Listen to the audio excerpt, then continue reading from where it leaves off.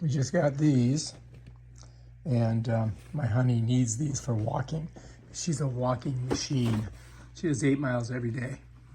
So I got her these super cool shoes. These are supposed to be the best walking shoes on the market. Check them out. They've got these, oh, they're very cushy and very smushy.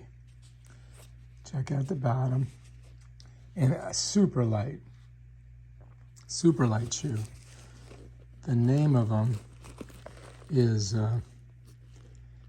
ASICS, I guess. It's got a bunch of stuff in there.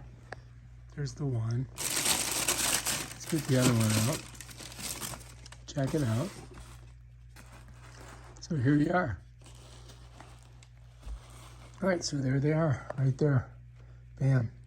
These cost about $200 a pair.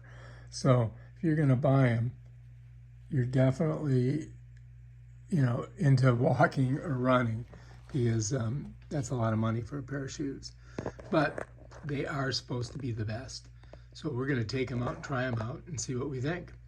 All right, if you like this video, subscribe to my channel and check out my other awesome videos on stuff like this. Peace out.